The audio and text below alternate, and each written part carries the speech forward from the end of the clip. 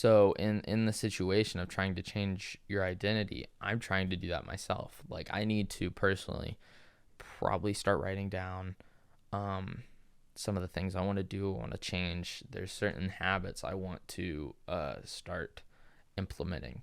But like part of it is like I'm getting back into the gym, but I want to be a more organized and clean person. Like that's something I want to be, not necessarily I want to have a clean house, but I want to be more organized.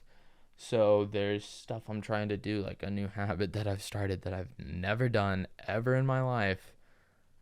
I don't think at all. Looking back at it, is I've started making my bed every morning. And it takes me 10 seconds.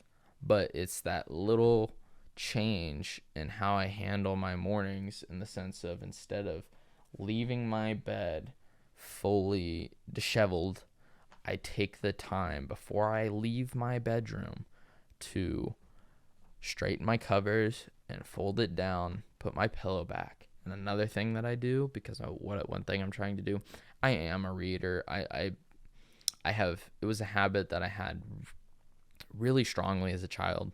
I read a lot. I was the kid in school where you would find me in elementary or middle school, well, elementary in particular. But if we were going from the classroom to the gym, or the classroom to the cafeteria, or to another classroom, I was a kid that I was in line, but my head was turned down, stuck in a book. I'd be reading as we walked. I used to read at every possible free moment I had.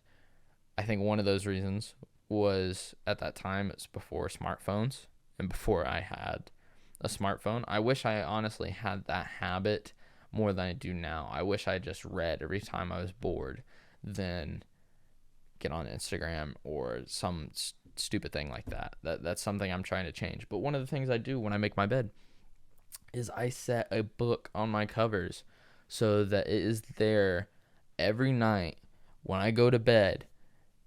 Before I go to sleep, I read for a little bit in that book. And it's trying to basically implement little things just to make that a part of my routine, and kind of change my brain activity. Is that there? Yeah, something like that. But so it's just about the little things. And we'll kind of get into that a little more. I want to try getting through some of this. But okay, so with habits, there are 4 main stages. There's the cue, the craving, the response, and the reward. So all habits are started from some form of cue, or something that you see that kind of, well, when you get the cue, it basically causes the craving towards whatever it is you're doing. And then that craving is what makes you to then do your routine or respond to it. And then by doing that habit, by the end of it, you then get whatever reward it is. So the reward is what you're craving, and it just slowly but surely makes it a routine and a habit over time. And some of it is stuff you don't notice. So one of the things he does talk about through the book is, let me see here. So he talks about different ways to kind of make or get rid of better habits. So if I go to some of his templates here, so he has several templates. So throughout the book, he talks about some of them. One of the first ones he talks about is a habit scorecard template. So basically, he says for you to start changing your habits and to make stuff a little, like, kind of figure out what you need to keep, change, or that are neutral, he says to write down everything you do every day. What is your natural routine and habit when you're first trying to do this? So he'll say, by like, make a list of your daily habits, like start from the beginning of your day, write down each habit you do, wake up, turn off the alarm, make your bed, brush your teeth, blah, blah, blah, and just go through your day. Write down all your habits, and then go through and put a plus mark if it's a good habit, minus if it's bad, equals if it's neutral. So he kind of explains. He's like, making your bed, probably good. Brushing your teeth, I think, waking up, turning on your alarm, neutral. Like there's just little stuff, and it's just going through there so you can actually physically see all the stuff you do, what's worth your time, what's a waste of your time, basically, in the sense of what habits aren't good for you, but you think you are, or think they are. And so it's just like kind of identifying different things you might need to do that would help you in the long run, or implement intentions, implementation or what implementation intentions. So it basically is it's like writing this down is kind of like a to create a new habit, is you gotta kind of force yourself to, when you write it down and you actually plan on when you do it. It was something that was talked about in both of these books, is if you make it a physical reminder or a schedule of what it is you want to do, you're more likely to do it.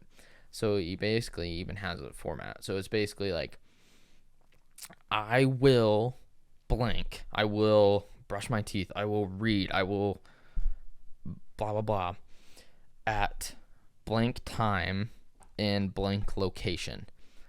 And it's basically forcing you to set up these things, to write out exactly what you're going to do, when you're going to do it, and where you're going to do it.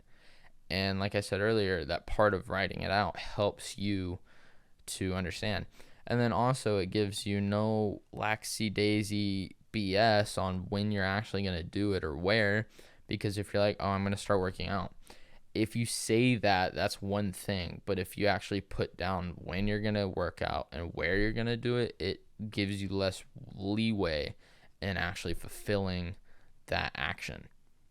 And one of the things he talks about even with doing stuff like that is kind of spacing or zoning out your house.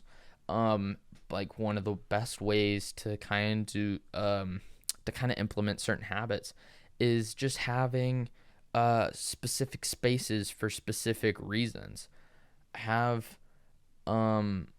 set up a certain area to be like, this is the place I sit and read every day at this time. Like making certain zones for certain things. Like make sure you don't use your bed as a place to just lounge and sit on your phone or do this, because it will make you less likely to maybe actually go to bed and sleep.